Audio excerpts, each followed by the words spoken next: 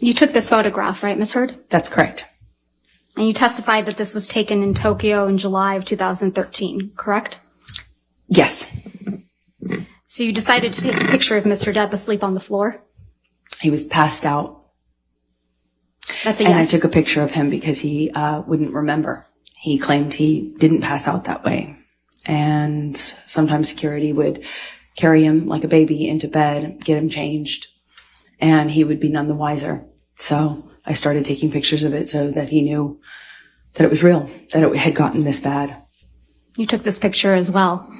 Yes. And this is a picture that was taken in the Bahamas, right? It's one of them, yes. And this is a picture of Mr. Depp taking a nap on his tropical island?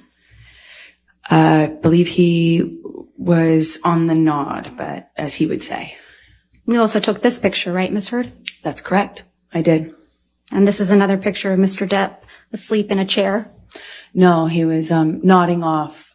Sleep is different. When you're nodding off, you're high on drugs, didn't even feel the cigarette in his hand that had, been burning on his leg. It was cause for alarm for me, naturally, because I cared about him. It's your testimony under oath that Mr. Depp is holding a cigarette in this picture? He had been. You seem to really like taking pictures of Mr. Depp while he's sleeping, don't you? You took this picture of Mr. Depp as well, didn't you? I did. You decided to take a picture of Mr. Depp asleep with ice cream spilled all over him, right? He was nodding off, and I was worried about how bad the medications and the medication change and the drug use had gotten, where he wouldn't even feel ice cream or a lit cigarette on him, and it scared me. So you took a picture of it. This isn't a very flattering picture of Mr. Depp, is it? No, it's not. You wouldn't agree that this is, or you would agree with me that this is an embarrassing scene, right? Yes, I think it's a part of getting help, is looking at it, seeing it. But you sent this picture to one of your friends, didn't you? I don't recall. Sir, does this refresh your recollection that you did in fact send this picture to your friend Rocky Pennington? Yes, I did. So you sent Miss Pennington this picture of Mr. Depp with ice cream spilled on him, right? That is correct. And you wrote, quote, "This is what I've been dealing with," end quote. Did I read that right? You did read that right. That's correct. And this is you protecting Mr. Depp? That is me getting support from my best friend. This is you supporting Mr. Depp?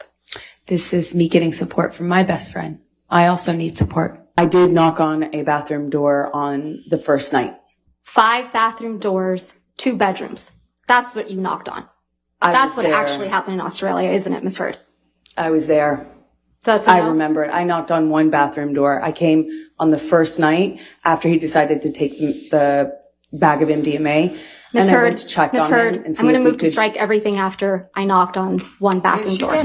You call him a sellout, don't you?